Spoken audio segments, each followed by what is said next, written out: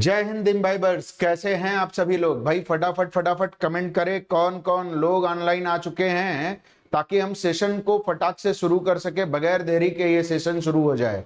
तो जल्दी जल्दी सभी लोगों के कमेंट आने चाहिए बगैर देरी के सेशन शुरू करने के लिए। तो जल्दी जल्दी आप सभी लोग कमेंट करना शुरू कर दीजिए। और ये बहुत महत्वपूर्ण सेशन आप सभी लोगों के लिए, क्योंकि आज जो है हम बात करने वाले हैं क्लाइमेटोलॉजी की। क्लाइमेटोलॉजी एक ऐसा टॉपिक है जिसको लेकर के आप लोगों के दिमाग में बहुत सारी चीजें बनी रहती हैं कि कोपेन ने क्या बता दिया है, टिवार्था ने क्या बता दिया है। इसके अलावा इंडियन मेटेरियोलॉजिकल डिपार्टमेंट, भारतीय मौसम विज्ञान अनुसंधान संस्थान की अगर हम बात करें तो वह हमारे यहाँ क्लाइमेट को कैसे बताता है। इस तरीके के तमाम सारे सवाल जब आप लोगों के सामने आते हैं तो होता क्या है कि आप लोग वहां पर आते हुए सवाल गलत करके चले आते हैं। जैसे अगर हम देखें तो पिछली बार कोपेन के क्लासिफिकेशन से पूछ लिया गया, उसके पहले ट्रिवार्था के क्लासिफिकेशन से क्लाइमेटोलॉजी को पूछा गया एक सवाल सीएपीएफ में। और फिर अगर हम देखें सीडीएस के पेपर को उठा करके देखें तो लगातार इंडियन मेटेरियोलॉजिकल डिपार्टमेंट के हिसाब से कैसे हमारा क्लाइमेट डिवाइड किया गया, इसके ऊपर सवाल आते हैं। तो इन सभी चीजों को आज की क्लास के बाद आप लोगों का जो भी कंफ्यूजन रहता है कि कोपेन ने क्या बताया, ट्रिवार्था ने क्या बताया, या इंडियन मेटेरियोलॉजिकल डिपार्टमेंट ने कैसे बताया, कितना परसेंट किस प्रकार के क्लाइमेट का इंडिया में है और कौन कौन सा एरिया कवर होता है, इतने तरीके से सवाल आते हैं। तो हर तरीके से हम क्लाइमेटोलॉजी को यहां पर कवर कर लेंगे इंडियन क्लाइमेट के सिनारियो में। अभी आज के डेट में हम क्लाइमेट को किसके सिनारियो में पढ़ने वाले हैं, इंडियन क्लाइमेट के सिनारियो में। और उसमें भी अभी हम मैकेनिज्म ऑफ मानसून की बात नहीं करेंगे, केवल कैसे डिवाइड किया गया है सिर्फ उसी की बात करेंगे। मैकेनिज्म के लिए अलग से क्लास की जाएगी। जय हिंद संतोष जी, बबलू जी, पल्लवी जी, किशन जी, वैभव जी, जय हिंद टू ऑल ऑफ यू। तो आज की क्लास में पढ़ना क्या क्या है वो आप लोगों को क्लियर हुआ कि नहीं? यह बात अगर आप लोगों को क्लियर हो गई हो कि पढ़ना क्या क्या है तो मैं स्क्रीन से हट रहा हूं, ताकि आप लोग जो है इस शेड्यूल को नोट डाउन करें, ताकि आपका जो महा रिवीजन बैच चल रहा है सीएपीएफ का, उसमें कोई भी चीज, ठीक है, आपकी वह गलत नहीं हो पाए। तो ये पॉइंट आपको ध्यान में रखे रहना है कि कहीं पर आपका कुछ भी गलत नहीं हो जाए, क्योंकि एग्जाम में सवाल आते हैं और इन सवालों पर एक एक सवालों पर ढेर ढेर सारे लोगों की उपस्थिति दर्ज होती है। तो आप लोग शेड्यूल नोट कर लीजिए महा रिवीजन बैच का, जो कि 6 जुलाई से चल रहा है लगातार। और इसमें अगर हम देखें तो आपकी क्लासेस, इसके आगे का भी शेड्यूल है जिसको आप लोग नोट डाउन करिए। मैं स्क्रीन से अभी फिर हट जाऊंगा ताकि आप लोग स्क्रीनशॉट ले पाए, ठीक है। तो ये जो आगे का शेड्यूल है इसको भी नोट डाउन करिए। इसमें सुबह जो है आपको ठीक 12 नून पर, दोपहर 12 बजे आपकी क्लास यूट्यूब पर स्टार्ट होती है और ठीक 2 बजे आपकी क्लास ऐप पर स्टार्ट होती है। साथ ही हर सैटरडे को महा रिवीजन बैच के तहत आपको महा मैराथन क्लास कराई जाती है। और ये महा मैराथन क्लास कम से कम 4 से 5 घंटे की चलती है, जिसमें आपको एक पूरा का पूरा बड़ा टॉपिक कराया जाता है। इस बार इकोलॉजी और इन्वायरमेंट कवर किया गया था। आने वाले सैटरडे को आपका जो है आर्ट एंड कल्चर पूरी तरह से कवर किया जाएगा, यानी इसमें थोड़ी लंबी क्लास चलेगी। तो ये पॉइंट को ध्यान में रखे रहिएगा। Now come to the climatology. आज की क्लास पर आ जाते हैं, क्लाइमेटोलॉजी पर आ जाते हैं। बात करते हैं क्लाइमेट ऑफ इंडिया की, भारत की जलवायु की। जब भी हम बात करेंगे तो आपके सामने कुछ फैक्टर आपके दिमाग में तुरंत, ठीक है, बन जाने चाहिए। कुछ फैक्टर आपके दिमाग में जरूर बनने चाहिए कि भारतीय जो जलवायु है उसको कौन कौन से कारक प्रभावित करते हैं। अच्छा, आप लोगों को सीजन, क्लाइमेट, वेदर, इन सब में अंतर पता है कि नहीं? वेदर, क्लाइमेट, सीजन में अंतर पता है कि नहीं पता है? कमेंट करके वो भी बता दीजिए। कहीं पर अगर आप लोगों को प्रॉब्लम है सीजन, वेदर, क्लाइमेट को लेकर के तो आप पूछ सकते हैं।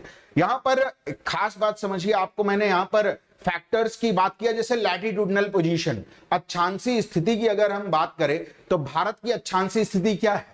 तो ये नदर्न हेमिस्फीयर में, उत्तरी गोलार्ध में है, और एक मेजर लैटिट्यूड लाइन, एक बड़ी अक्षांश रेखा यहां से गुजरती है जिसका नाम है ट्रॉपिक ऑफ कैंसर कर्कवृत्त।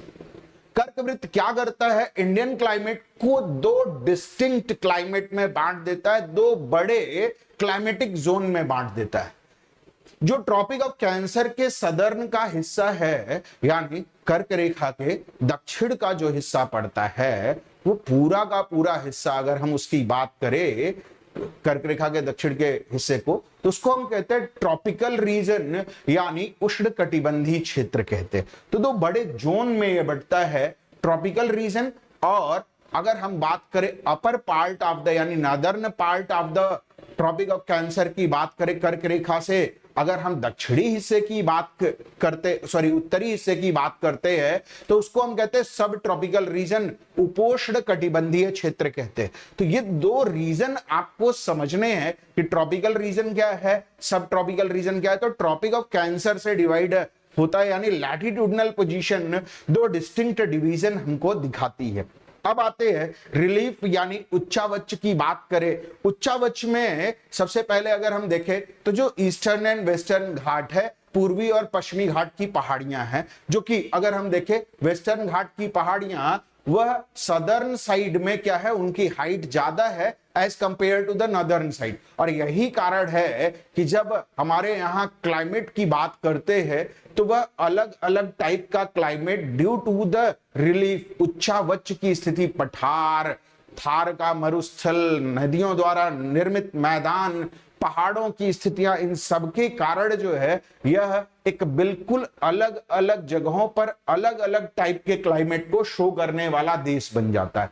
तो इसीलिए न सिर्फ भाषा और लोगों में विविधता है, भारत की जलवायु में भी बड़ी विविधताएं हैं। आते हैं भारत के उत्तर में, कभी कहा जाता है वहां पर महासागर हुआ करता था, टेथिस सागर, वह ऊपर उठता चला गया और आज के डेट में दुनिया की सबसे ऊंची पर्वत चोटी वाला पर्वत बना हुआ है जिसका नाम है हिमालय। अब हिमालय भारत को कैसे यह अलग टाइप का क्लाइमेट बना देता है, अलग प्रकार की जलवायु बना देता है, क्योंकि ये उत्तर से आने वाली जो साइबेरियन कोल्ड विंड हैं, साइबेरिया की जो ठंडी हवाएं हैं, जो पूरे उत्तर भारतीय मैदान को शीत मरुस्थल में बदल देने वाली हवाएं हैं, अगर वो भारत में प्रवेश कर जाए, पूरा उत्तर भारत शीत मरुस्थल में बदल जाए, कोल्ड डेजर्ट में बदल जाए, ठीक है, उन हवाओं से भारत की रक्षा कर लेता है। और साथ ही इंडियन ओशन से उठने वाले जो तमाम सारे क्लाउड हैं उनको चेक कर लेता है, उनको रोक लेता है और प्रेसिपिटेशन करा देता है, वर्षण की प्रक्रिया करा देता है। तो हिमालय की अपनी महत्ता है। इसके अलावा डिस्ट्रीब्यूशन ऑफ लैंड एंड सी, भारत की स्थिति की अगर हम बात करें तो इसके पास एक वृहद कोस्टल एरिया है, इंक्लूडिंग अगर हम आइलैंड की बात करें, मेनलैंड की बात करें तो 6100 किलोमीटर, 6100 किलोमीटर, और अगर हम इंक्लूडिंग आइलैंड बात कर ले, यानी पूरे के पूरे सभी द्वीपों को भारत के कवर कर ले, तो 7516.6 किलोमीटर, 7516.6 किलोमीटर की हमारी कोस्टल लाइन आ जाती है, हमारी तटरेखा हमको दिखाई पड़ती है। अब यहां पर एक खास बात ध्यान में रखे रहिएगा कि भारत में एल्टीट्यूडनल वेरिएशन के हिसाब से भी क्लाइमेट चेंज होता है, ऊंचाई के हिसाब से भी यहां पर लगातार, ऐसा नहीं है कि केवल लैटिट्यूडनल पोजीशन, यहां पर एल्टीट्यूडनल पोजीशन के हिसाब से अगर हम देखेंगे तो इक्वेटोरियल क्लाइमेट से लेकर के पोलर क्लाइमेट तक लगभग हर प्रकार का क्लाइमेट, यानी विषुवतीय रेखीय जलवायु से लेकर के भूमध्य रेखीय जलवायु के कुछ प्रकारों से लेकर के अगर हम देखें तो टुंड्रा तुल्य जलवायु तक के प्रदेश भारत में मौजूद हैं।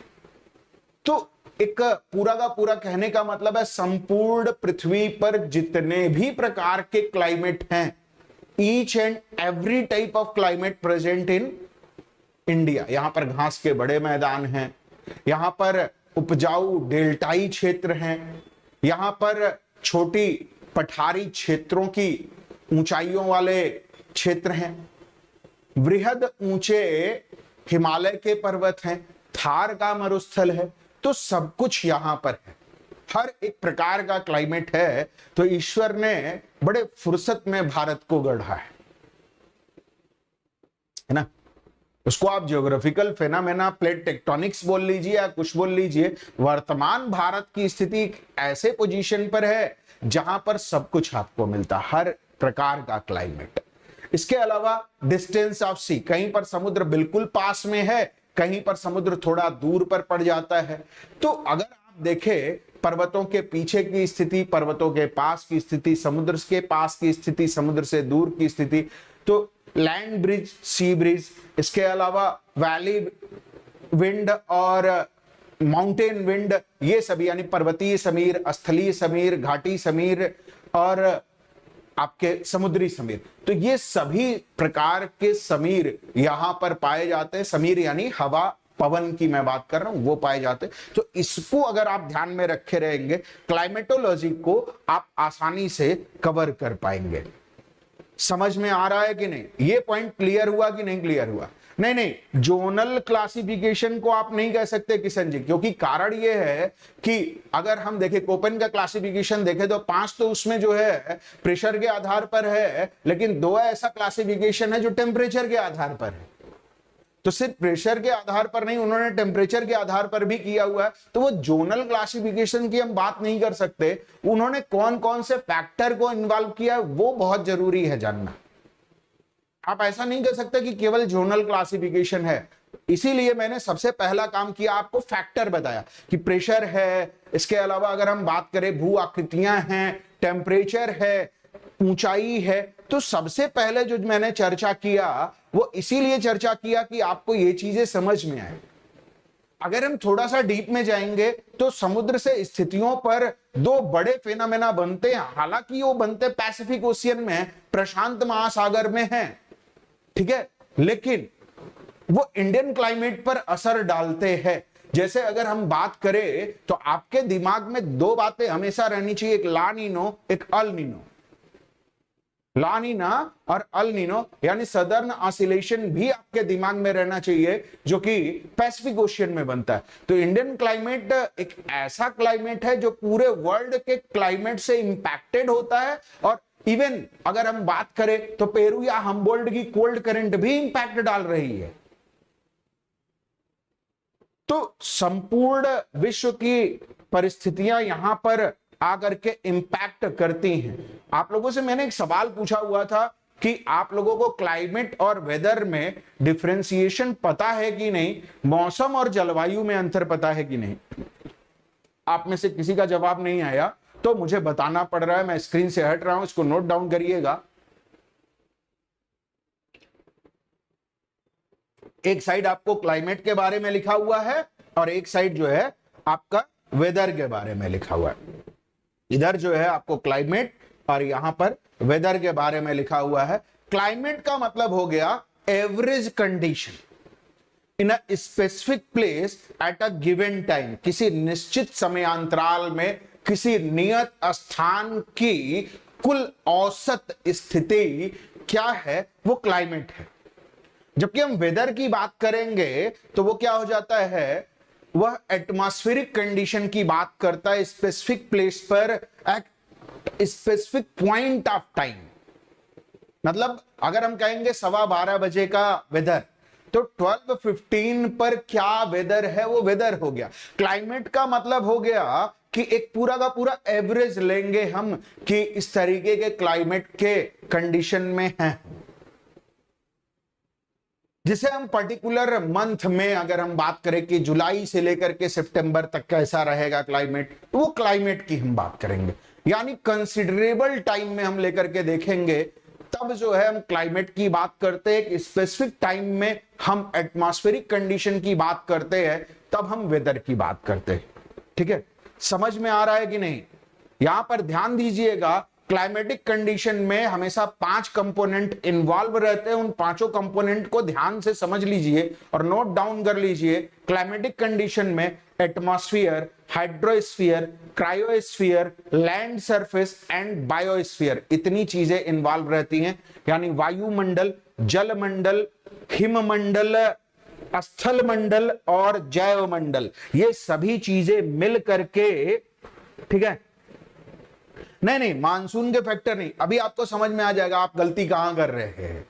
ठीक है, यहां पर अगर हम देखें वेदर क्या है, ये डे टू डे टेम्परेचर और प्रेसिपिटेशन एक्टिविटी है, जबकि यहां पर क्या है atmosphere, hydrosphere, cryosphere, land surface और बायोस्फीयर इन्वॉल्व होता है। समझ में आ रहा है कि नहीं? तो ये पॉइंट को ध्यान में रखे रहिएगा। इसीलिए मैंने पूछा था आप लोगों को कि क्लाइमेट और वेदर में अंतर, क्योंकि आपका जब सवाल आया ना, जिस तरीके से आपने एक्सप्लेन किया, मुझे समझ में आ गया कि बेसिक पॉइंट पर गड़बड़ी हो गई है। यानी क्लाइमेट और वेदर का डेफिनेशन में जो अंतर है वही आपने बहुत ध्यान से नहीं पढ़ा। बेसिकली जब आप उत्तर दे रहे होते हैं तो समग्र रूप में क्लाइमेटोलॉजी आपके दिमाग में घूमनी चाहिए, और जब समग्र रूप में नहीं आता है तब इस तरीके के माइन्यूट एरर होते हैं। इसलिए मैंने इसको एक्सप्लेन किया कि एग्जाम हॉल में माइन्यूट एरर जो आप लोग कर देते हैं वो भी नहीं हो। ठीक है, जैसे अगर हम बात करें क्लाइमेट में, अगर हम देखें तो उसमें में include precipitation, temperature, humidity, sunshine, wind, velocity, ये सारे फिनोमेनन। इसके अलावा प्रेसिपिटेशन के सारे phenomenon, fog, Frost, hello, storm, ये सभी लॉन्ग पीरियड ऑफ टाइम में रहते हैं। जबकि यहां पर अगर हम देखें तो कैसे फिनोमेना रहते हैं, विंड, हेल, स्नो, ये सभी जो है अगर हम देखें तो कैसे रहते हैं, बहुत शॉर्ट पीरियड ऑफ टाइम में रहते हैं। तो टाइम के अकॉर्डिंग अगर हम देखें तो एक लॉन्ग पीरियड ऑफ टाइम है, एक शॉर्ट पीरियड ऑफ टाइम है। ठीक है, ये बात समझ में आ रही कि नहीं? क्यों आप लोग यहां पर गड़बड़ी कर जाते हैं और क्यों जो है कुछ लोग सही कर जाते हैं, वो पॉइंट समझ में आ रहा है कि नहीं? भाई आप लोगों का achieve CDS CAPF assistant commandant 2023 का batch free of cost app पर चल रहा है। इस बैच को ज्यादा से ज्यादा जा करके जल्दी से जल्दी, जितनी जल्दी आप शुरू करना चाहें शुरू कर सकते हैं। और ये 8 मई से बैच चल रहा है, तो जिन जिन लोगों का एग्जाम है वो लोग जा करके सारी क्लासेस देख जाए, प्री क्लास एक्टिविटी और क्लास जरूर देख लें। इसके अलावा हर क्लास के बाद 24 आवर के लिए पोस्ट क्लास एक्टिविटी ओपन होती है। तो जो लोग लाइव क्लासेस करते हैं उनके लिए रजिस्टर नाउ करना जरूरी है। कारण यह है कि आपको पोस्ट क्लास एक्टिविटी मिल जाती है 24 आवर के लिए, जिसमें उस टॉपिक से रिलेटेड हर एक बात डिटेल फॉर्मेट में होती है। तो ये काम जरूर किया कीजिए आप लोग। Pre class activity, post class activity, सब कुछ जो है आपको किए रहना है। यहां पर एक खास बात समझिए, अगर हम देखें तो क्लाइमेटिक कंडीशन की बात करें तो एग्रीगेट कितना समय का हम लेकर के चलते हैं, कि कितने समय का एवरेज लेंगे? क्या वो कुछ महीनों का रहेगा, कुछ दिनों का रहेगा, या कुछ सालों का रहेगा? तो ये जो सवाल आता है इसका उत्तर यहां पर स्लाइड पर ध्यान से आप लोग नोट डाउन करिएगा। जब भी हम बात करते हैं एग्रीगेट वेदर स्टैटिक्स लेते हैं जब हम 30 सालों का, तब किसी पर्टिकुलर एरिया का क्लाइमेट हमारे पास निकल करके आता है। यानी कितने वर्षों का एग्रीगेट वेदर कंडीशन आपको पता होना चाहिए इसको जानने के लिए, तो 30 वर्षों का एग्रीगेट कंडीशन आपको पता होना चाहिए। जबकि अगर हम बात करें वेदर का तो वो डे टू डे कलेक्शन होता है, सोलर रेडिएशन का, विंड स्पीड का, उसके डायरेक्शन का पता चलता है। अभी थोड़ी देर में हवा चल रही है, थोड़ी देर में बंद हो जाएगी, थोड़ी देर में बारिश हो रही है, फिर बंद हो जाएगी। तो इस तरीके की चीजें वो day to day weather report होती है। इसीलिए न्यूज चैनल में आप लोग कभी भी क्लाइमेट रिपोर्ट नहीं सुनते होंगे, वेदर रिपोर्ट आता है। मौसम का जो है वह फोरकास्टिंग करता है, पूर्वानुमान लगाता है। समझ में आ रहा है कि नहीं? यहां पर एक खास बात ध्यान में रखे रहिएगा कि क्लाइमेट की अगर हम बात करें नॉर्मल कंडीशन में ये सारी चीजें कवर की जा रही हैं।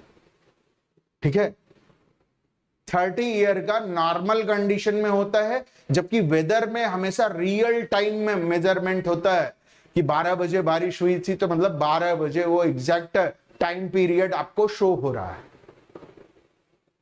कि 12 बज के से लेकर के 12:10 तक बारिश हुई इस पर्टिकुलर एरिया में। तो उस पर्टिकुलर एरिया का वेदर ऐसा था, और वेदर वह थोड़ी थोड़ी दूरी पर भी चेंज हो सकता है।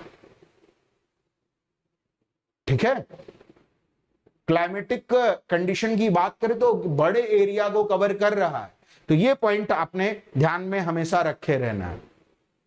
खास बात ध्यान में रखे रहिएगा कि एक स्पेसिफिक इंटरवल की बात कर रहा है, यानी एक पर्टिकुलर इंटरवल की बात करता है क्लाइमेट, और इसके अध्ययन को हम क्या कहते हैं, क्लाइमेटोलॉजी कहते हैं, जबकि वेदर के अध्ययन को हम मेटेरियोलॉजी कहते हैं।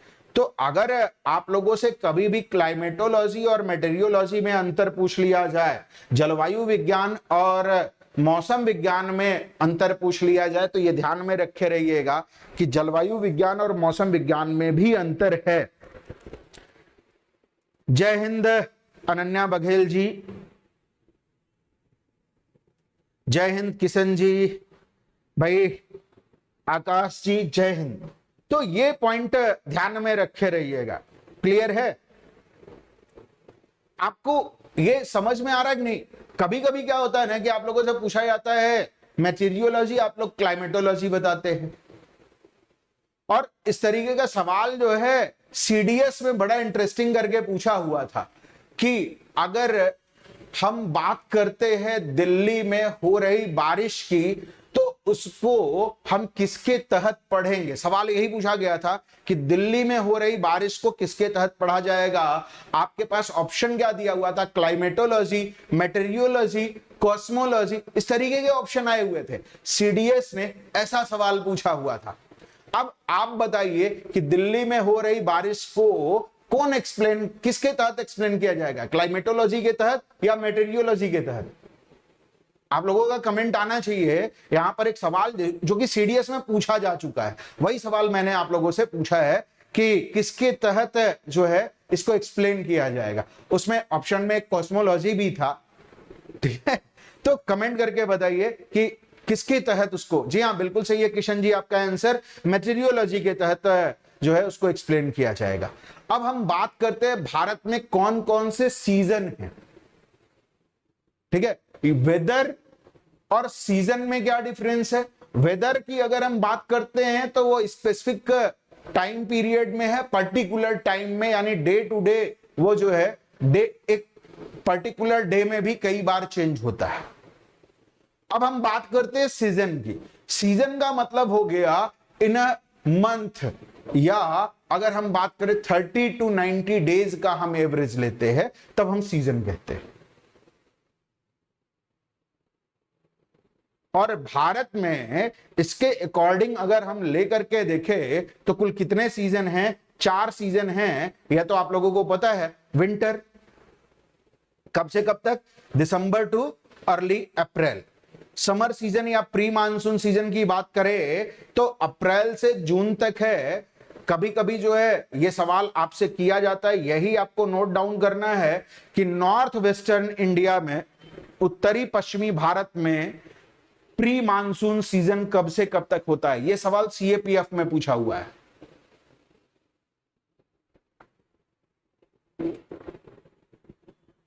कि नॉर्थ वेस्टर्न इंडिया में कब से कब तक जो है प्री मानसून टाइम है, तो वो अप्रैल से जुलाई तक है।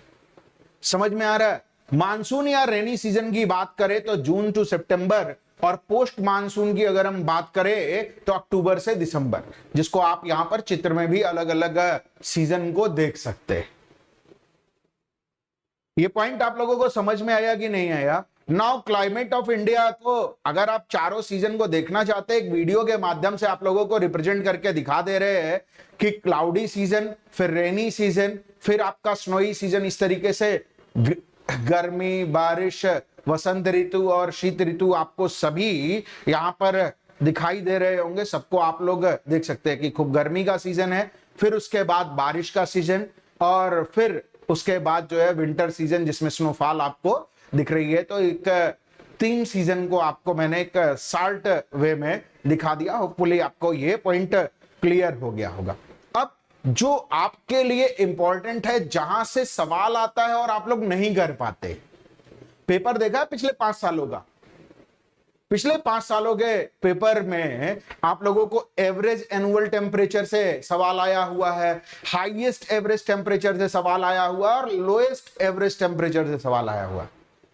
बट आप लोग क्या करते हो, सिर्फ एवरेज टेम्परेचर रट करके चले जाते हो कि औसत तापमान क्या है। तो इंडिया के जब हम क्लाइमेटोलॉजी की बात करते हैं, भारतीय क्लाइमेट की बात करते हैं, तो वहां पर वार्षिक तापमान में हमको एवरेज औसत क्या है सिर्फ उतना ही नहीं जानना है, हाईएस्ट एवरेज क्या है और लोएस्ट का एवरेज क्या है। यानी जहां जहां पर हाईएस्ट तक पहुंचता है पूरे साल में उसका एवरेज क्या है, और जो लोएस्ट रहता है उसका एवरेज क्या है, इस पर भी सवाल आ चुका है। तो इन तीनों को आपको याद रखना है जब हम बात करते हैं एवरेज एनुअल टेम्परेचर की। ये तो आपको हर जगह लिखा हुआ मिल जाएगा सभी नोट्स में, सभी किताबों में, कि 25.3 डिग्री सेल्सियस होता है, 25.3 डिग्री सेल्सियस, या 77.5 degree Fahrenheit, 77.5 degree Fahrenheit. Exact याद रखे रहिएगा ये पॉइंट को। ये 2023 का डाटा दिखा रहा हूं मैं, जो कि हमारे Indian meteorological department new Delhi द्वारा जारी किया गया 2023 का डाटा। ठीक है, तो इस डाटा को याद रखे रहिएगा। इसको जो है अभी पूरा का पूरा अपडेट किया गया है। तो ये अपडेटेड डाटा मैं आप लोगों को दिखा रहा हूं, जो कि अपडेट किया गया है जून में। इंडियन मेटेरियोलॉजिकल डिपार्टमेंट की वेबसाइट को जून में जब अपडेट किया गया तो उसमें बहुत सारे डाटा बदल दिए गए। इसलिए इन डाटा को आप लोग याद रख लीजिएगा, क्योंकि डेटा जो है वह जहां पर भी डेटा चेंज हुआ है ये मान के चल लीजिए कि वहां से सवाल बनने के चांसेस बहुत ज्यादा है। और ये डेटा तकरीबन 10 साल बाद चेंज किया गया है। तो आप लोग समझ सकते हैं कि इस डेटा की महत्ता क्या है, क्योंकि 10 साल बाद कोई चीज जो है चेंज हो रही है तो आपके एग्जाम के लिहाज से तो वो बहुत महत्वपूर्ण होगी। इसलिए इसको नोट डाउन करिएगा। Highest average temperature 35 degree Celsius या 95 degree Fahrenheit, lowest average temperature ये 14 डिग्री सेल्सियस या 57.2 डिग्री फ़ारेनहाइट है। ठीक है, समझ में आया कि नहीं आया? तो ये पॉइंट ध्यान में रखे रहिएगा। और अगर अभी तक जो है आप लोगों ने सीएपीएफ असिस्टेंट कमांडेंट का महा रिवीजन बैच लेना स्टार्ट नहीं किया है तो जल्दी से जल्दी स्टार्ट कर दीजिए, क्योंकि महा रिवीजन बैच में आप लोगों को 12 बजे दोपहर को यूट्यूब पर क्लासेस और 2 बजे जो है आप लोगों की ऐप पर क्लासेस चल रही है। तो सारे लोग जो है यहां पर जुड़ करके क्लासेस जरूर करना शुरू कर दे। और इसके अलावे कभी कभी क्या करता है, इन दोनों स्लाइड को मैंने अलग अलग करके इसलिए दिखाया क्योंकि आपको ये पता रहे, अलग से याद कर पाए। कभी कभी क्या करता है, एवरेज टेम्परेचर और हाईएस्ट एवरेज रेनफॉल को एक साथ दे देता है, या पता चलता है एवरेज टेम्परेचर दिया हुआ है और वहां पर लोएस्ट एवरेज रेनफॉल दिया हुआ है। तो इस तरीके से जो है आपका स्टेटमेंट 1 स्टेटमेंट 2 बना करके सवाल पूछता है सीएपीएफ। सीडीएस में हालांकि इस तरीके के सवाल अभी तक नहीं आए हैं, लेकिन कभी भी सीएपीएफ के तरीके से सवाल पूछने की प्रवृत्ति सीडीएस स्टार्ट कर सकता है, क्योंकि दोनों को यूपीएससी ऑर्गेनाइज कराता है। तो उस तरीके से सवाल तो कभी भी उठा सकता है, क्योंकि सीएससी इस तरीके के सवाल उठा चुका है, सीएपीएफ उठा चुका है। अब यहां पर देखिए एवरेज एनुअल रेनफॉल की हम बात करते हैं तो 1200 मिलीमीटर या 47.2 इंच, 47.2 इंच, ये डाटा पूरा बदल गया है। ठीक है, तो ये पॉइंट ध्यान में रख रहिएगा कि पूरा डाटा चेंज हुआ है। हाईएस्ट एवरेज रेनफॉल की अगर हम बात करें तो पहले 210 था, इसको 197 इंच किया गया है, 5000 मिलीमीटर। पहले 210 इंच था, इसको याद रखे रहिएगा। ये बड़ा परिवर्तन किया गया है एवरेज एनुअल रेनफॉल में। और लोएस्ट एवरेज रेनफॉल में भी चेंज हुआ है, पहले 75 mm था, अब कितना है 100 मिलीमीटर या 3.9 इंच। तो ये पॉइंट को आप लोग ध्यान में रखे रहिएगा कि किस तरीके से ये डाटा चेंज हुआ है। समझ में आ रहा है कि नहीं?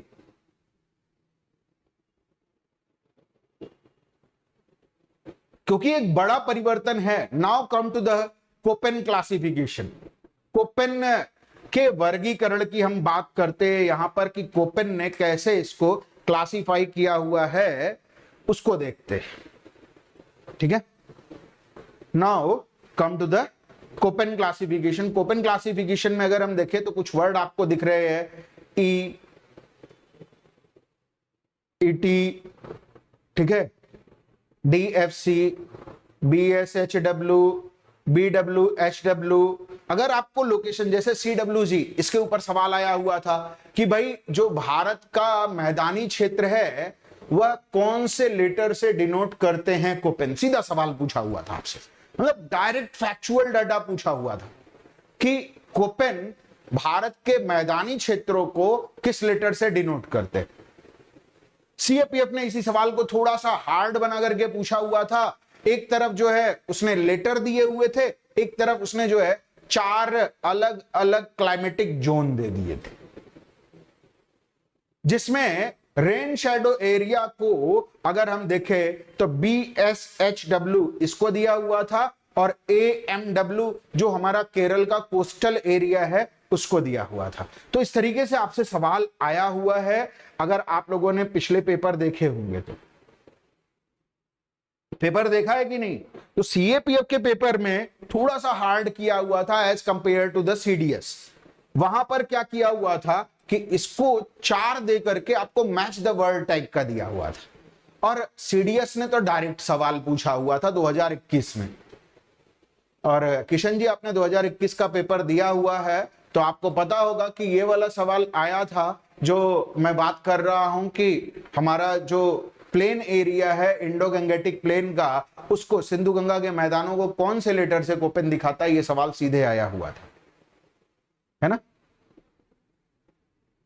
नाउ एक एक करके इनका पहले हम डिटेल आपको समझा देते हैं, फिर एक एक को उठा करके समझाएंगे कि क्या है, यानी क्लाइमेटिक ग्रुप क्या है, कोपेन ने कौन से सिंबल दिए हैं और किस तरीके से उसका डिस्क्रिप्शन है। जी हाँ बिल्कुल, गुड। यहां पर ध्यान दीजिएगा, क्लाइमेटिक ग्रुप आपको याद रखने हैं, कौन कौन से क्लाइमेटिक ग्रुप में कोपेन ने कौन कौन से लेटर को लिया हुआ है। जैसे ट्रॉपिकल ह्यूमिड टाइप का क्लाइमेट है, यानी उष्णकटिबंधीय आर्द्र प्रकार की जलवायु अगर आपको दिखाई देती है तो उसको AF, AM और AW लेटर से डिनोट किया जाता है।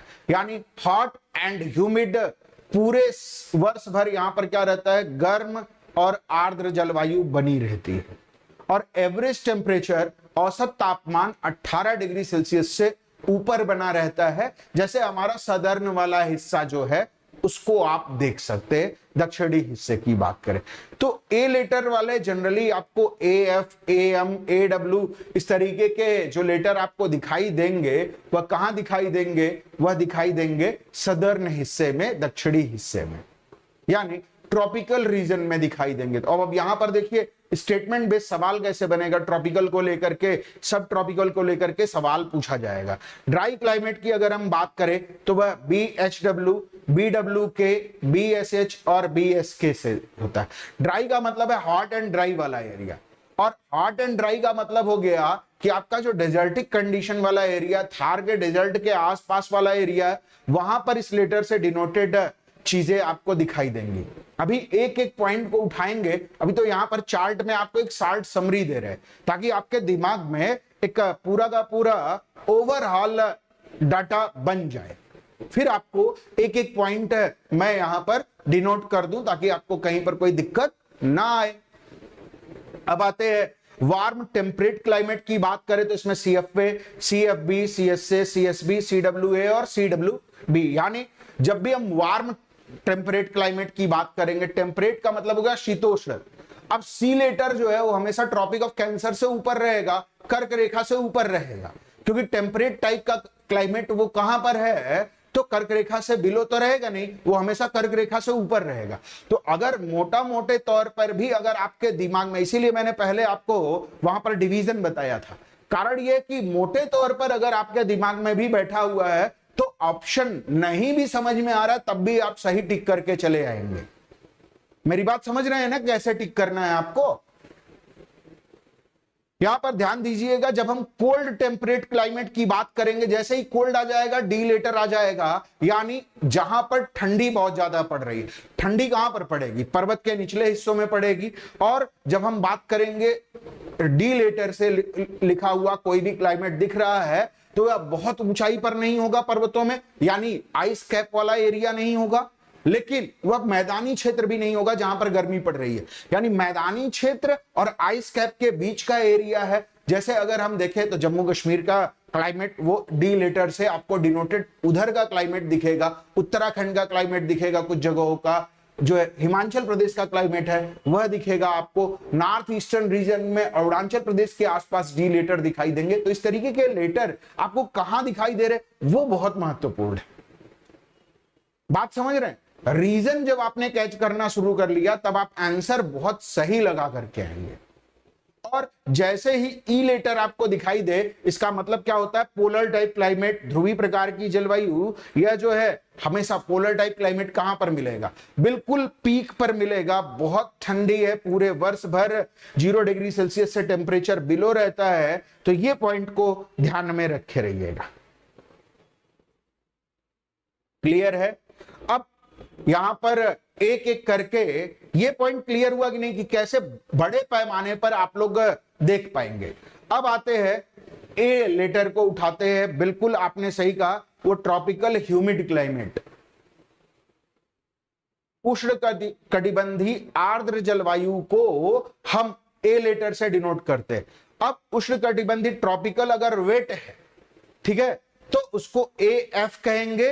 अगर ट्रॉपिकल मानसून है तो ए एम कहेंगे, और ट्रॉपिकल वेट एंड ड्राई है तो ए डब्ल्यू कहेंगे। समझ में आ रहा है? ये लेटर अगर आपने यहां पर, इसीलिए मैंने क्या किया, इसको बहुत सेपरेट कर दिया, एक एक पॉइंट अलग अलग कर दिया ताकि आपको डिटेल में समझ में आ जाए। समझ में आ रहा है? तो ट्रॉपिकल ह्यूमिड टाइप के क्लाइमेट को अगर इन्होंने इनके डिवीजन की तरफ से देखा जाए तो ए एफ यानी ट्रॉपिकल वेट, ए एम यानी ट्रॉपिकल मानसून, और ए डब्ल्यू का मतलब हो गया ट्रॉपिकल वेट एंड ड्राई।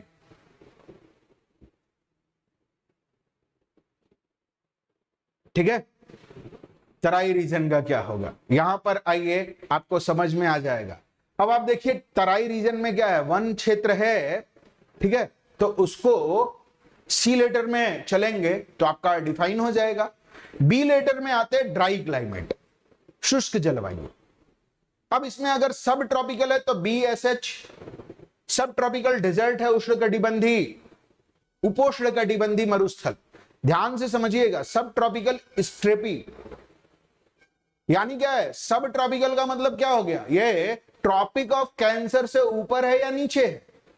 हमेशा ट्रॉपिक ऑफ कैंसर से ऊपर होगा, कर्क रेखा से ऊपर होगा सब ट्रॉपिकल का मतलब, इतना दिमाग में रख लीजिए। तो ये कर्क रेखा से ट्रॉपिक ऑफ कैंसर से ऊपर का क्लाइमेट है, उसके नादर्न साइड का, ऊपर का मतलब हो गया नादर्न साइड का क्लाइमेट है। अब इसमें सब tropical desert, mid latitude steppe तो बी एस के से करेंगे, और मिड लैटिट्यूड डेजर्ट रहेगा तो उसको बी डब्ल्यू के से कहेंगे। ये लेटर समझ में आ गए कि नहीं? क्लियर है भाई? कहीं पर आप लोगों को कोई प्रॉब्लम समझ में आ रही हो तो पूछने के लिए स्वतंत्र है।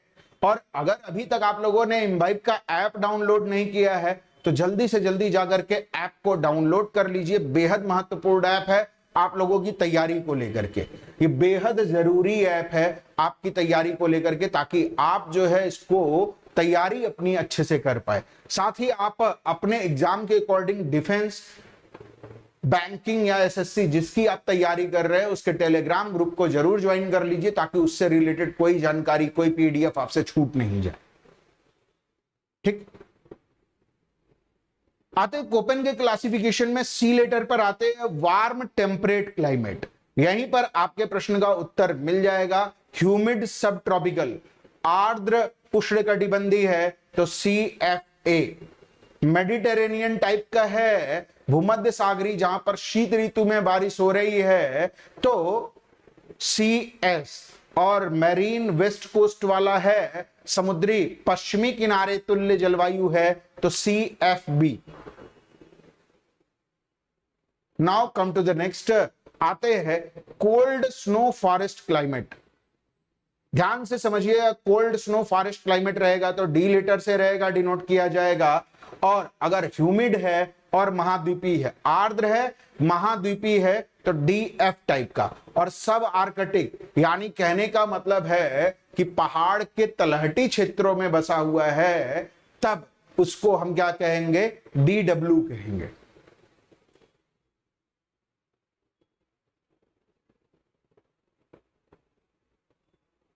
ठीक है, now come to the next, cold climate, जिसको हम ई लेटर से डिनोट करते, अगर टुंड्रा है, टुंड्रा टाइप का है, तो उसको हम कहेंगे ईटी।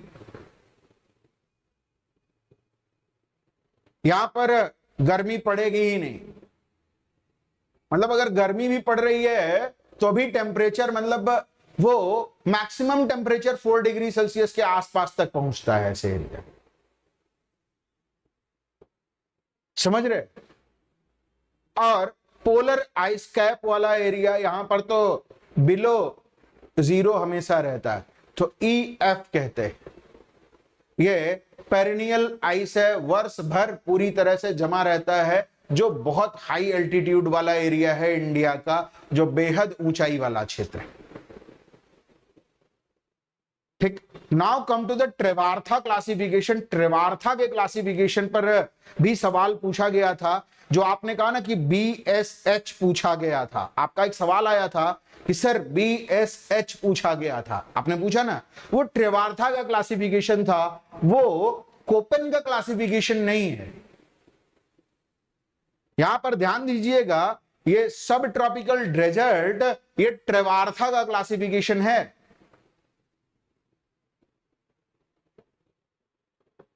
मेरी बात समझ में आ रही है कि नहीं? जो आपने सवाल पूछा कि सर BSH आया हुआ था, तो वो कोपेन का क्लासिफिकेशन नहीं है, वो ट्रेवार्था का है। ऐसे ही ट्रेवार्था ने AM ट्रॉपिकल मानसून, जैसे आपने बताया AM का मतलब ट्रॉपिकल मानसून होता है, इसका मतलब आप कोपेन और ट्रेवार्था में कंफ्यूज थे। मैंने कहा ना कि ट्रॉपिकल मानसून नहीं होता है कोपेन के मतलब अकॉर्डिंग। तो ये ध्यान में रखे रहिएगा, पूछ किसके अकॉर्डिंग रहा है, आप लगा करके किसके अकॉर्डिंग आ रहे हैं, ये बहुत महत्वपूर्ण है। पता चले कि कोपेन के अकॉर्डिंग पूछा हुआ और ट्रेवार्था के अकॉर्डिंग लगा करके आ गए, तो भले आपने अपने हिसाब से सही लगाया हो, गलत हो गया वो। मेरी बात समझ में आ रही कि नहीं? जैसे AW ट्रॉपिकल सवाना, जैसे BWH का मतलब हो गया कि सब ट्रॉपिकल टाइप का क्लाइमेट है, ये सब ट्रॉपिकल है और कहां है, डेजर्ट एरिया में, तो ये BWH है, सब ट्रॉपिकल डेजर्ट।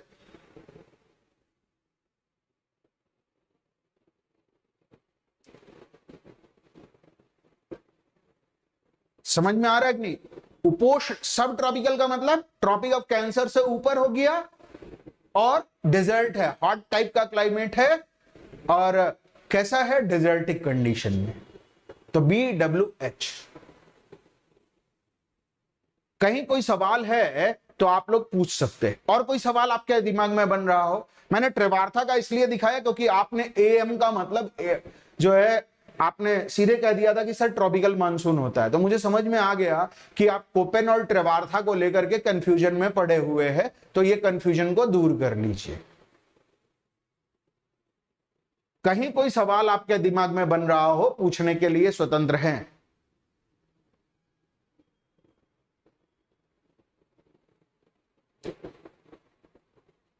ठीक है, कुछ भी आपका दिमाग में सवाल बन रहा है, पूछने के लिए स्वतंत्र है। और अगर अभी तक आप लोगों ने इम्बाइब लेंस ऐप को डाउनलोड नहीं किया है, तो प्ले स्टोर पर जाइए, इम्बाइब लेंस ऐप को जरूर से जरूर डाउनलोड कर लीजिए। ये ऐप आप लोगों के लिए बेहद महत्वपूर्ण है। कारण ये है कि इससे आप किसी भी PDF को स्कैन करिए और उससे जो है किसी भी कीवर्ड को टच करिए, उसके बारे में आप 3D में जानकारी पाएंगे। तो किसी भी चीज को 3D में पढ़ने के लिए, अपने एक्सपीरियंस को एक बिल्कुल अलग लेवल पर ले जाने के लिए बेहद जरूरी है। ठीक है,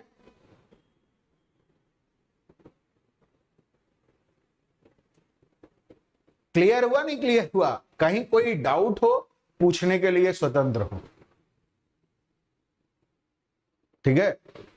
and many among of you are personally attach with me, then you can ask that directly to me.